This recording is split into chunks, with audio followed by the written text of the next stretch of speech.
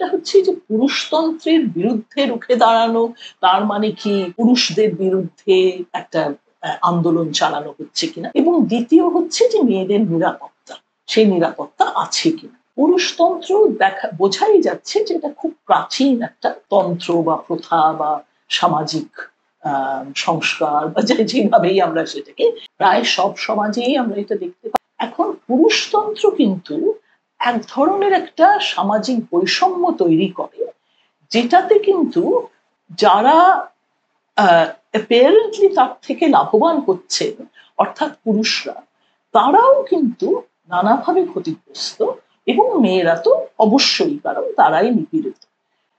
আমাদের সমাজেই আমরা দেখতে পাই যে পুরুষেরা মনে করতেই পারে যে যেমন মানে বউকে চাকরি করতে দেব না, সে ঘরকন্যা করবে, পুরুষেরই কাজ বাইরে গিয়ে চাকরি করে মাইনে করে ফ্যামিলিকে সাপোর্ট করা। এটার যেমন একটা মনে করতে পারি যে এর মধ্যে একটা অদ্ভুত বৈষম্য, অবভিয়াসলি সেটা আছে। আবার এটা তো, এই বৈষম্যের মধ্যে পুরুষদের বিরুদ্ধেও তো অনেক কিছু যাচ্ছে, যেমন তাদের উপরে কেনই বা এত দায়িত্ব পড়বে, তারা কেন প্রথম থেকে তাদেরকে শেখানো হবে যে তোমাকে তো বড় হতে হবে, তোমাকে চাকরি করতে হবে, তোমাকে বেরিয়ে গিয়ে এমন চাকরি করতে হবে যাতে পুরো সংসারের ভারটা তুমি নিতে পারবে, তোমার বাবা মা, তোমার ছেলে মেয়ে, তোমার স্ত্রী পুত্র সবাই দেখাশোনা করা, তার সকলের জন্য প্রোভাইড করার কাজ হচ্ছে তোমার।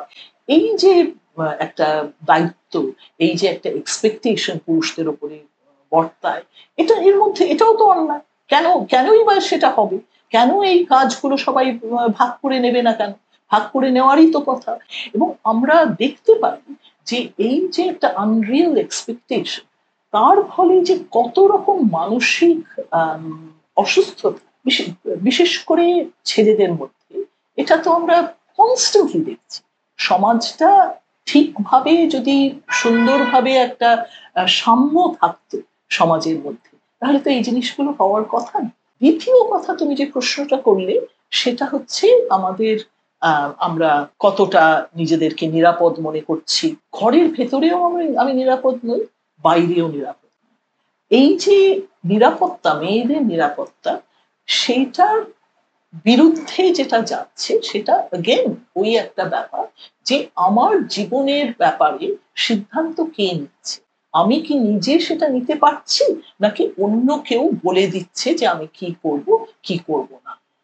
এখন যখনই আমি আমার নিজের জীবনের দায়ভারটা আমি অন্য কাউকে দিয়ে দিচ্ছি, তখন আমি নিরাপদ নই, কারণ আমি তার অন্যের ইচ্ছায় আমার কাজ করতে হচ্ছে, আমাকে চলতে হচ্ছে, এবং আমার মানসিক বিকাশ এবং শারীরিক নিরাপত্তা সবই যেন আমি অন্যের হাতে, অন্যের কাছে আমি সারেন্ডার করে দিয়েছি। আমাদের আরো একটা বিষয় যেটা কথোপকথনের মধ্যে উঠে আসে, সেটা হচ্ছে যে এত ফেমিনিজম, জেন্ডার জাস্টিস, যেহেতু বাংলায় ঠিক মানে একদম লিটারাল ট্রান্সলেশন এটা সেইভাবে আসে না, লিঙ্গ বৈষম্য বিরোধী লড়াই বলতে হয় আমাদের।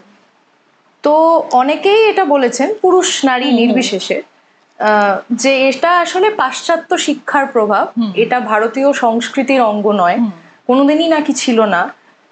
ভারতীয় সংস্কৃতিতে মহিলারা কোনোদিনই এত আন্দোলিত হননি, বা এই বিষয়গুলো, এই যে ঘরে আমি সময় দেব, সেইটা আনপেড লেবার হচ্ছে, সেটার জন্য যে আসলে আমি পারিশ্রমিক পাচ্ছি না, গোটাটা আমারই দায়িত্ব হিসেবে ধরে নেওয়া হচ্ছে, মানে আমার জীবনের দায়িত্ব হিসেবে, সেই সব ভারতীয় সংস্কৃতির একটি অঙ্গ হিসেবেই নাকি উঠে এসেছে, এটা অনেকের মতামত।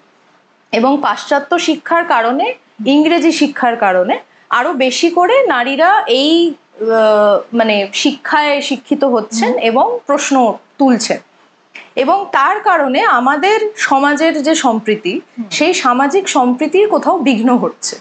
আপনার কি মতামত এই বিষয়ে? আচ্ছা, এ তো অবশ্যই, মানে এইরকম আর্গুমেন্ট আমরা অনেক শুনেছি, এবং যারা 19 শতকে এতটা লড়াই করেছেন মেয়েদের হয়ে, বিদ্যাসাগর বা to some extent even Rammohan Roy, বা তারপরের প্রজন্মে যারা করেছেন মেয়েদের জন্য লড়াই, মেয়েরাও করেছেন। তারা এইসব কথা তাদের শুনতেই হয়েছে যে এগুলো বিদেশ থেকে এসেছে, এগুলো আমাদের সংস্কৃতির অঙ্গ নয়, আমরা তো মেয়েদের দেবী দেবী করে রেখেছি, আমরা তাদেরকে পুজো করি, মেয়েরাই মানে মহিলা শক্তি আমাদের সমাজের একদম মূলে আছে, মহিলা শক্তি, নারী শক্তি, নারী শক্তিকে দুর্গার মাধ্যমে পুজো করা হয়, এইসব কথা আমরা শুনে থাকি। এখন একদিক থেকে সেটা ভালো, আমি কোনো মানে করছি না, নারী শক্তিকে পুজো করা হোক, দুর্গাকে ভক্তি শ্রদ্ধা করা হোক, এসব ভালো, একটা মানে প্রতীক হিসেবে দুর্গার মূর্তিটাকে নেওয়া, দশভুজা, সেই সব দিকটা ভালো, কারণ সেইটা সেই উদাহরণ দেখিয়েও কিছু আলোচনা কিছু এই করা যায়। কিন্তু এই যে বলা যে না, এই ধারণাগুলো সমস্ত মানে পশ্চিম থেকে এসেছে, এগুলো পাশ্চাত্য একটা শিক্ষা, পাশ্চাত্য দর্শনের অঙ্গ, আমাদের দেশে মানায় না, এটা তো অবশ্যই আমার কাছে একটা খুব মানে নিরর্থক বলে মনে হয়। আমাদের দেশের সমাজ ব্যবস্থা, আমি যেটা বারবার বলছি, একটা মানে তার মধ্যে এক ধরনের মানে বৈষম্য ছিল, এবং সেটা পশ্চিমেও ছিল, শুধু তো আমাদের দেশে নয়, অন্য দেশেও এইরকম ভাবে এইরকম বৈষম্য, লিঙ্গ বৈষম্য ছিল। এবং সেই বৈষম্যের অবস্থার থেকে মেয়েরা লড়াই করে নিজেদের অধিকার ছিনিয়ে নিয়েছে। কেউ মানে পশ্চিমেও পাশ্চাত্য দর্শনেও এইটা আগের থেকেই যে বরাবরই ওদের আছে, ওরা এনেছে আমাদের কাছে, তা না, ওখানেও লড়াই করে ছিনিয়ে নিতে হয়েছে সেই অধিকারগুলো, এখানেও আমাদেরকে লড়াই করে সেই অধিকারগুলো, শিক্ষার অধিকার, কর্মক্ষেত্রে প্রবেশ করার অধিকার, নিজেদের বডিলি রাইটস, তার যে অধিকার, যেমন এজ অফ কনসেন্ট বিল, যেটা 19 শতকের একটা ব্যাপার, এই যে এই সব অধিকারের জন্য আমাদের যথেষ্ট লড়াই করতে হচ্ছে, এবং সেই লড়াই আমাদের মনে রাখতে হবে আমরাই করেছি, কোনো ব্রিটিশ কলোনিয়াল অ্যাডমিনিস্ট্রেটর আমাদের জন্য এই কাজগুলো করে দেয়নি, একেবারেই নয়। বরং এই যে সতী প্রথা, সতীদাহ প্রথা, সেইটা কিন্তু মোটেই যে মানে ব্রিটিশ কলোনিয়াল অ্যাডমিনিস্ট্রেশন এসে এটা বন্ধ করলো, এই কথাটা বললে পরে ঠিক হবে না। আমাদের দেশের ভেতর থেকেই যারা রিফর্মার, তারাই কিন্তু এর বিরুদ্ধে সোচ্চার হয়েছে এবং শেষ পর্যন্ত এগুলোকে বন্ধ করতে পেরেছে। সো এইটা আমাদের বুঝতে হবে যে যখনই একটা অন্যায় আমরা দেখেছি, সামাজিক অন্যায়, বৈষম্য বলছি, আমি আরো জোর দিয়ে বলবো সামাজিক অন্যায়, নানা রকম অন্যায়, আমি তো একটাই অন্যায় না, নানা রকম অন্যায় যখন আমরা বুঝতে পেরেছি, টের পেয়েছি, তখন আমরা তার বিরুদ্ধে আস্তে আস্তে, একদিনে হয়নি এই লড়াই, ধীরে ধীরে এই লড়াইটা এগিয়ে গেছে। এবং এই লড়াইটা কিছুটা আমি বলবো 19 শতকের অনেকটা, প্রায় 20 শতক পর্যন্ত এগিয়ে এসে তারপরে আবার একটা সময় আমাদের ন্যাশনালিস্ট স্ট্রাগলে একটু স্তীমিত হয়েছে, তখন অতটা আলোচনা হয়নি। আবার যখন আমাদের ইন্ডিপেন্ডেন্স হলো, যখন আমরা স্বাধীন হলাম, তখন আবারও একটা নতুন একটা পেল, পুনরুজ্জীবিত হলো এই নারী আন্দোলন, এবং আমরা কিছু কিছু ভালো ফল, মানে কিছুটা এগিয়ে অগ্রসর হতে পেরেছি। এটাকে একেবারেই আমি মানে একদমই স্বীকার করব না, একদমই মনে করব না যেটা পাশ্চাত্য থেকে এসেছে বা একটা অন্য জায়গার থেকে আমরা এই ধরনের ধারণাগুলো এনেছি।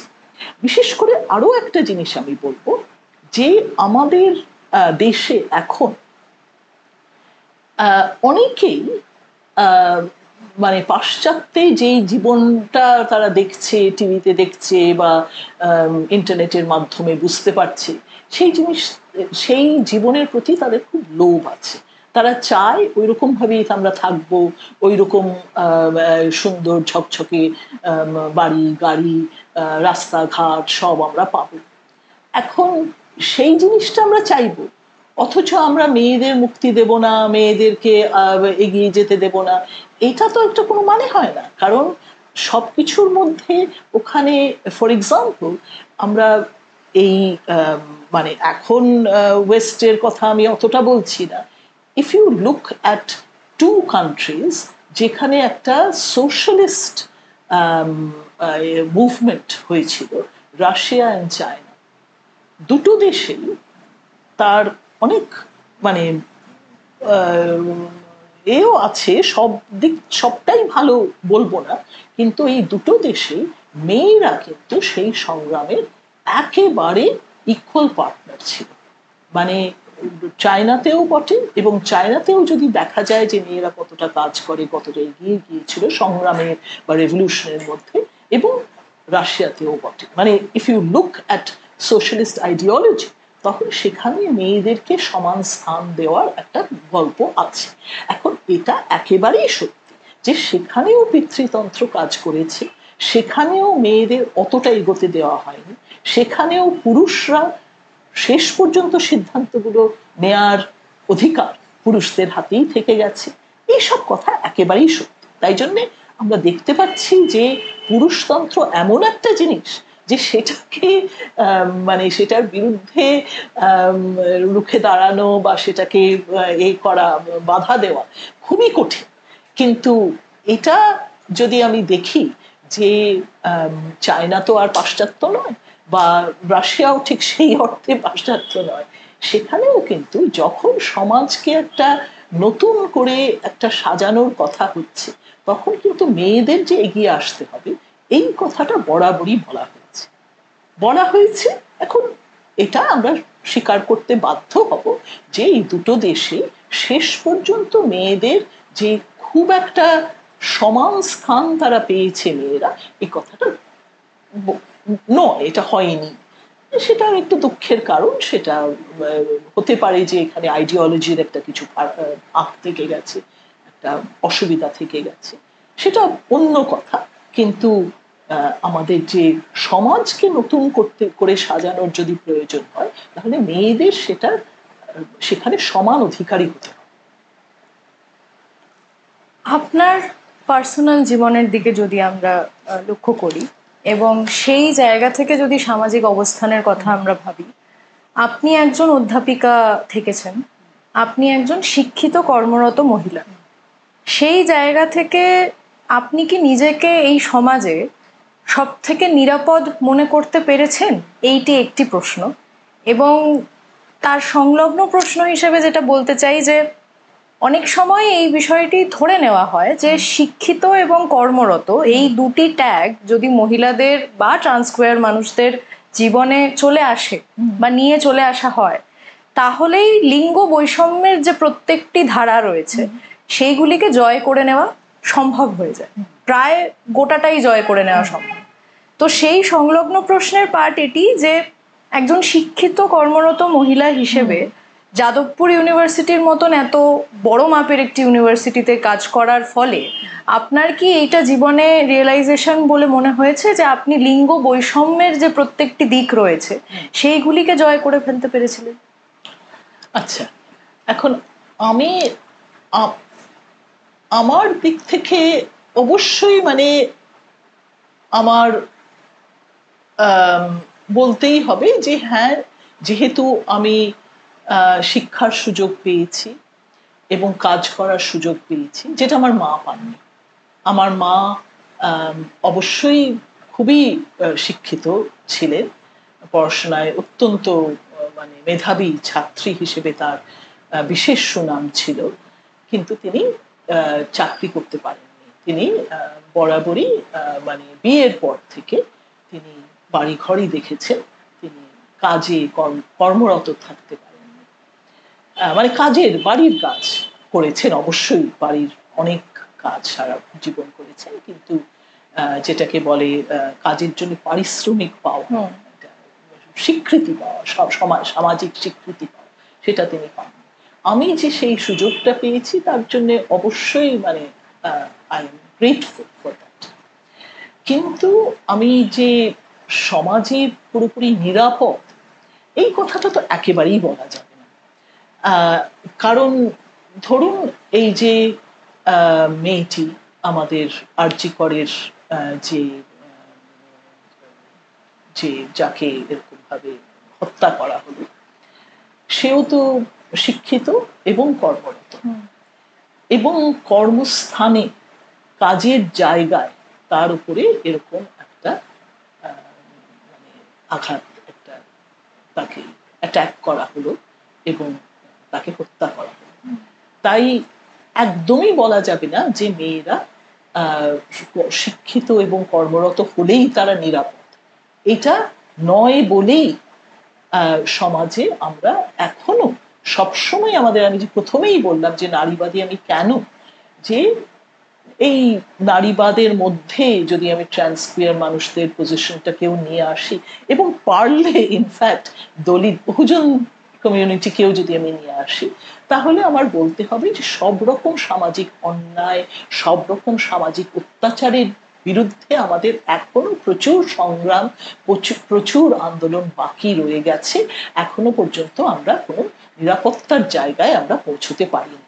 যদি পৌঁছতে পারতাম তাহলে এসব আলোচনার প্রয়োজনই ছিল না, কিন্তু আলোচনার প্রয়োজন আছে, এবং আমরা চারিদিকে তার নিদর্শন পাচ্ছি যে কেন আমরা এখনো পর্যন্ত এই সংগ্রাম চালিয়ে দেওয়া, রাত দখল, এই মানে কি পরের কথাটা কি যেন বদল, দিন বদল, হ্যাঁ, রাত দখল দিন বদল, এসবের কথা আমরা বলছি। কেন বলছি, কেন আমরা এখনো পর্যন্ত নিরাপদ নই? আমি নিজে এখন একটা খুব এভাবে ব্যক্তিগতভাবে বলতে গেলে আমি নিজেকে কোনোদিনই আমি কোনো ভয় খুব একটা পাই না। হ্যাঁ, মানুষ হিসেবে সেটা একটা আমার নিজের ভয় পাই না। আর আমি খেলাধুলো, সারা জীবন খেলাধুলো করেছি, নানা রকম প্রশিক্ষণ নিয়েছি, সেই জন্য আমার ভয়ের ব্যাপারটা আমার মনে একটু কম। মানে আমি তুলনায় আমি অনেক জায়গায় আমি বেরোই, একা একা বেরোই, আমি ভয় পাই না। কিন্তু এটাও আমি বলবো যে আমি যেমন ভয় পাই না, আমার পিসিমারা যারা একা এরকম ভাবে সারা জীবন কাজ করেছেন, তারা কিন্তু এইসব খেলাধুলো প্রশিক্ষণ এইসবের মধ্যে তারা ছিলেন না, তারাও কিন্তু ভয় পেতেন না। তারা একটা সময়ের মহিলা যারা একা বেরিয়ে গিয়ে দূর দূর জায়গায় কাজ করেছেন, নানা রকম যাতায়াত মানে বহু দূরে ট্রাভেল করেছেন, তারাও কিন্তু ভয় পেতেন না, ভয় পেতে নেই, সেটা একটা বড় কথা। কিন্তু তবু বলবো যে ভয় পাচ্ছি না বলে যে আমি নিরাপদ, তা কিন্তু না। নিরাপদ আমি নই, সেটা আমি অবশ্যই মনে করি। আর আমার কাজের জায়গায় আমি সম্মান পেয়েছি, আমি সকলের সঙ্গে ভালোভাবে কাজ করতে পেরেছি, এসব তো সত্যি কথা। যাদবপুর বিশ্ববিদ্যালয়ে আমাদের অনেকটা একটা খোলা প্রাঙ্গণ ছিল, আমরা সব রকম কথা আলোচনা করতে পেরেছি, আমাদের উপরে তেমন কোনো বাধা নিষেধ আসেনি। অল্প স্বল্প হয়তো হয়েছে, সেগুলো আমরা তখনই ঠিক করে নিয়েছি। ধরো মানে কয়েকটা অদ্ভুত ব্যাপার থাকে না, যে হাজবেন্ডস নেম দিতে হয়, কোনো একটা ফর্ম ফিল আপ করছি, সেখানে হাজবেন্ডস নেম দিতে হয়। আমি বললাম যে আমি কেন আমার স্বামীর নাম আমি কেন দিব? এখন এগুলো আমি মনে করি এগুলো আমি বলছি না যে সেগুলো জরুরি নয়, এগুলোর বিরুদ্ধেও আমাদের একটা লড়াই জরুরি, কিন্তু এগুলো আমাকে খুব একটা আটকে রাখে। সেই জন্য আমি অবশ্যই বলবো যে আমার যেহেতু শিক্ষা ছিল, যেহেতু আমার কাজের সুযোগ আমি পেয়েছি, আমি সেই রকম ভাবে আমি আটকে যাই। তবু এখনো যদি আমরা আমাদের দেশের শিক্ষা ব্যবস্থাই দেখি, শেষ পর্যন্ত বড় সিদ্ধান্তগুলো কারা নিচ্ছে? পুরুষরাই নিচ্ছে। সেই রকম ভাবে কি মেয়েরা সমস্ত মানে শিক্ষা ব্যবস্থাটাকে চালানোর জায়গায় কি যেতে পারছেন? বা মূল যে মূলে গিয়ে যেই পরিবর্তনগুলো করা দরকার, যেই পরিবর্তনগুলো আনা দরকার, সেই পরিবর্তনগুলো কি আমরা আনতে পেরেছি? সেটা হয়তো আমরা পারিনি। সব জায়গায় আমরা পরিবর্তন আনতে পারিনি, ছেলেদের মানসিকতাটা পাল্টাতে পারিনি, সেটাও তো একটা বড় আমাদের কাছে একটা এই ঘাটতি থেকে গেছে। যে যেইখানে আমরা বলছি মেয়েরা এগিয়ে যাক, রাত দখল করো, দিন বদল করো, সত্যি কথা, কিন্তু আমাদের তো পুরুষদের যে চিন্তা, যেই ধরনের চিন্তার থেকে অদ্ভুত এই অ্যাটাক গুলো আসে, সেই চিন্তাগুলো পাল্টানো, সেই সকলের চিন্তা পাল্টানো, মানসিক একটা পরিবর্তন, একটা সামাজিক পরিবর্তন, সেইগুলো কি আমরা করতে পেরেছি সেভাবে? আমরা হয়তো সেভাবে করতে পারিনি। এবং এখন আমি বলবো যে আমি যদি সমাজের দিকে তাকাই, সেরকম কি কোনো বড় মহিলা কোনো নেত্রী কেউ আছেন কেউ যে যিনি আমাদেরকে পথ দেখাচ্ছেন, যিনি আমাদেরকে এগিয়ে নিয়ে যাচ্ছেন? আমি পলিটিক্যাল এর কথা বলছি, আমি সামাজিক পরিবর্তনের কথা বলছি। সামাজিক পরিবর্তন আনার ব্যাপারে এরকম কি কেউ, মানে গ্রাসরুটস ওয়ার্কার্স অনেকে আছে, কিন্তু একটা মানে বড় মাপের লিডার সেরকম কিন্তু নেই। এবং সেটারও একটা কারণ আছে, সেটা হচ্ছে যে একটা কোথাও একটা গ্লাস সিলিং মতন আছে, যেখানে মেয়েদের এগিয়ে যেতে হলে নিজেদেরকে পরিবর্তন অন্যভাবে, একটা খারাপ ভাবে পরিবর্তন করে নিতে হচ্ছে।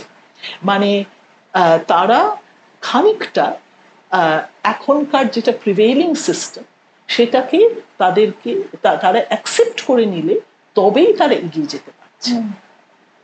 সেই জন্যে আমরা মানে আমি যারা বড় বড় পলিটিক্যাল লিডার, তাদের মধ্যে মহিলা আমাদের দেশে ইনফ্যাক্ট বেশ কয়েকজনের নাম করা যায়, যেটা বিদেশে হয়তো করা যায় না।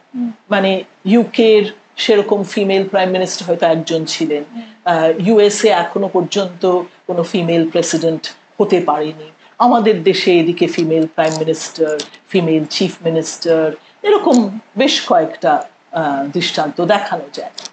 কিন্তু অনেক ক্ষেত্রে আমরা দেখব যে যারা এভাবে এগিয়ে যেতে পেরেছে, তারা এগিয়ে গেছেন not through women's rights but through internalizing the current system। মানে এখনকার যে সমাজ ব্যবস্থা, সেই সমাজ ব্যবস্থার যে প্রথাগুলো, সেই প্রথাগুলো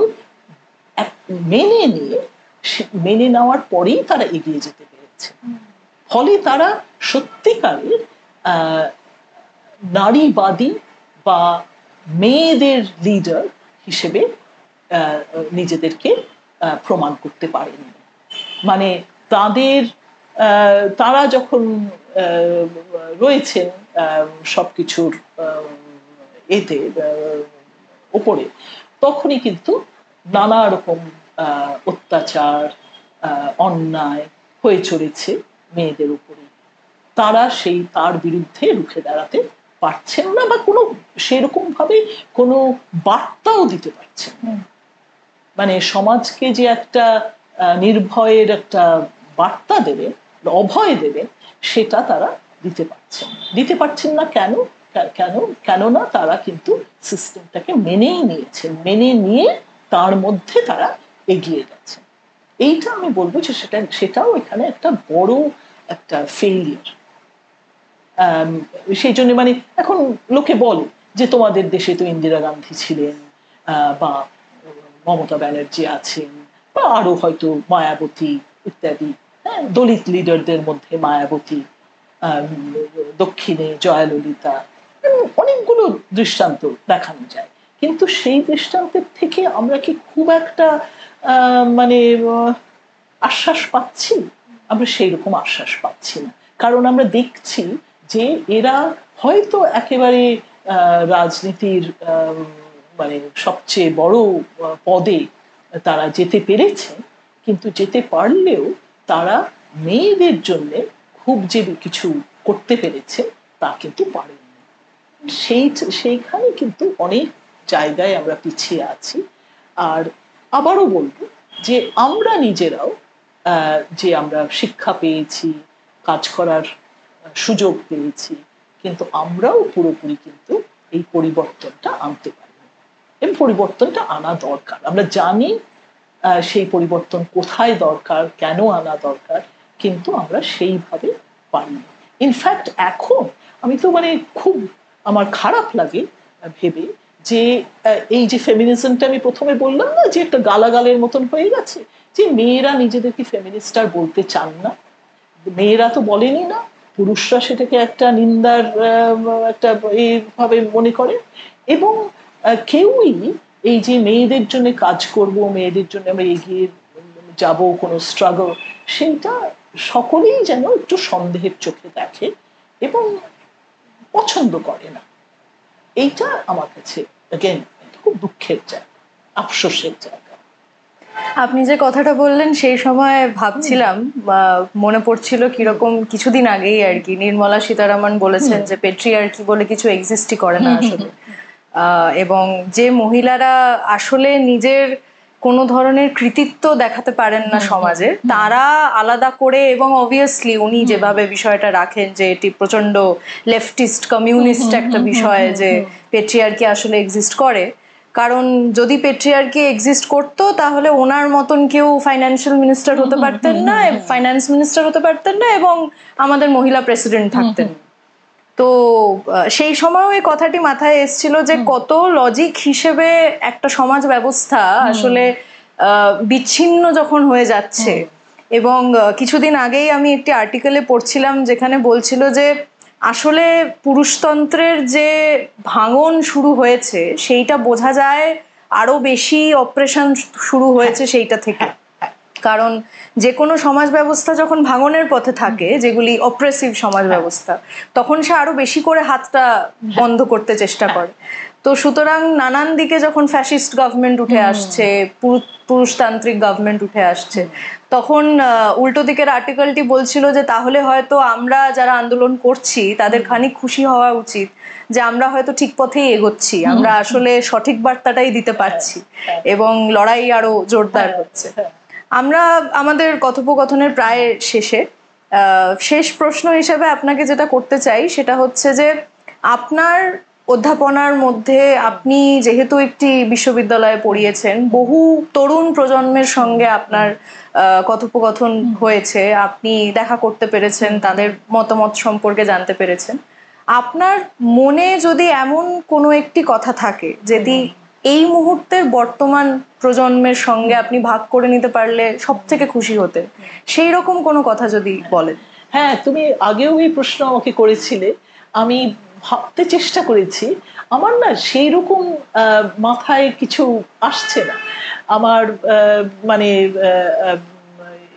লড়াই করে যাই, তুমি যে কথাটা বললে, লড়াই করে যেতেই হবে, কারণ এখনো আমরা যেটা উদ্দেশ্য, যেটা আমাদের যেই গোল, সেখানে আমরা পৌঁছতে পারিনি, এই কথাটা তো আমি এখনো বলবো। এবং আমাদের সবচেয়ে বড় প্রয়োজন হচ্ছে যে একটু বিচার করা, একটু ভাবা যে যেই অবস্থার মধ্যে আছি সেখানে কিন্তু আমরা একটা একটা এটাকে বলে স্টেজ অফ লেট ক্যাপিটালিজম।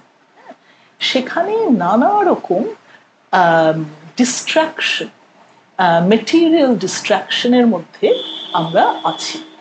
আমাদেরকে সব সময় আমাদেরকে আমাদের নজরটা কেড়ে নিচ্ছে নানা রকম ছোট ছোট পাওয়ার জিনিস, মানে এই শাড়ি গয়না, সেটা আমি একটু সেকেলে কিন্তু ধরো গাড়ি, এই নতুন ফোন, একটা কিছু বেড়ানোর জায়গা, বা একটা কোনো বিশেষ একটা কিছু দ্রব্য।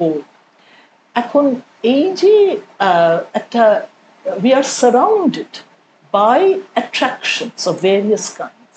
This is very characteristic of late capitalism. এবং তার মধ্যে ধর্ম কিন্তু ওইরকমই একটা attraction. Religion is one of the various, মানে এই একটু ব্রত করো, এই একটু মন্দিরে যাও, এইখানে করো, এই একটু কুম্ভ মেলায় ঘুরে এসো, একটু গঙ্গা জল নিয়ে এসো, সেটাও ওই সব কটার মধ্যেই এটাও রয়েছে। সেই দিন আমি দেখলাম একজন একটু নিয়ে এসেছে, কুম্ভ মেলায় গিয়েছিল, বোতলে বোতলে করে সঙ্গমের জল, সেই সঙ্গমের জল সবাই তার কাছ থেকে সংগ্রহ করছে, সেই সঙ্গমের জলও নিচ্ছি, একটা নতুন আইফোনও নিচ্ছি, একটা মানে সবকিছু আমরা we are surrounded by the many attractions of modern life. তার মধ্যে না নিজের চিন্তাটাকে পরিষ্কার রাখা খুবই কঠিন, এবং ক্যাপিটালিজম কিন্তু এইভাবেই কাজ করে। আমাদের ইমিডিয়েট অ্যাটেনশনটা মানে সব এই যে সব নানা রকম ছোটখাটো পাওয়ার জিনিস, সেইগুলো আমাদের নজরটাকে কেড়ে নিচ্ছে।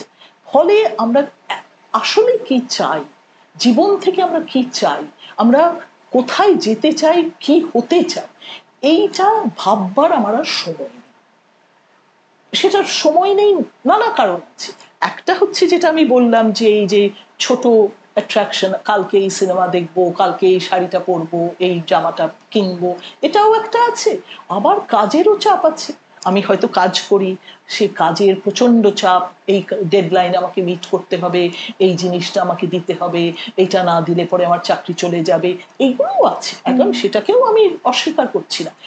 সবাই যে শুধু মানে ছোটখাটো পাওয়ার নিয়ে অবসেসড তাও না, হতে পারে যে তারা সব কাজকর্ম নিয়েই অবসেসড, যে কাজ করছি, আজকে একটা ডেডলাইন, কালকে আর একটা ডেডলাইন, অমুক ট্রাভেল, আমার কালকে বম্বে যেতে হবে, মা আমার তোমার সঙ্গে কথা বলার সময় নেই, তোমার খুব অসুবিধা চলছে, আমি জানি, তুমি মুখ বুঝে সহ্য করো, আমি কালকে বম্বে যাচ্ছি, ফিরে এসে তোমার অসুবিধা আমি শুনবো। এই অসুখ বিসুখ অনেক কিছু ব্যাপার আছে, কিন্তু তার মধ্যে একটু চিন্তাটাকে পরিষ্কার রাখা, একটু নিজেদের সম্বন্ধে ভাবা যে আমি কে, আমি এই সমাজে কে, আমি কি হতে চাই, কোথায় যেতে চাই, নিজেকে আমি কিভাবে তৈরি করতে চাই, এটার জন্য না একটু সময় সকলেরই দিতে হবে।